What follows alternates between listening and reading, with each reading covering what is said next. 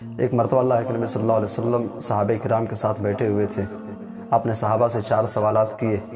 پہلا سوال آپ نے پوچھا، اے میرے صحابہ، من اصبح منکم اليوم صائما، تم میں سے آج کس نے روزے کی حالت میں صبح کی ہے؟ دوسرا سوال آپ نے پوچھا، اے میرے صحابہ، فمن تبع منکم اليوم جنازۃ، تم میں سے آج کس نے جنازے کی اتباع کی ہے؟ تیسرا سوال آپ نے پوچھا، من اطعم منکم اليوم مسکینا، تم میں سے آج کس نے مسکین کو کھانا کھلایا ہے؟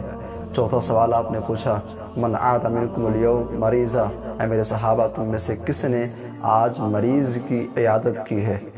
اور ان چاروں سوالات کے جواب میں صدیق اکبر رضی اللہ تعالیٰ عنہ کھڑے ہوئے کہتے ہیں، اللہ کے رسول، آج میں نے روزے کی حالت میں صبح کی ہے، آج میں نے ایک جنازے کی اتباع کی ہے، جنازے میں شریک رہا ہوں، آج میں نے ایک مسکین کو کھانا کھلایا ہے، آج میں نے ایک مریض کی عادت کی ہے۔ اللہ کے نبی صلی اللہ علیہ وسلم کہتے ہیں، مجتمعنا فی امرئ الا دخل الجنہ، جس کے اندر یہ کوالٹیز پائی جائیں، جو بندہ ان صفات کا متحمل ہو، ایسے انسان کا ٹھکانہ صرف اور صرف جنت ہے۔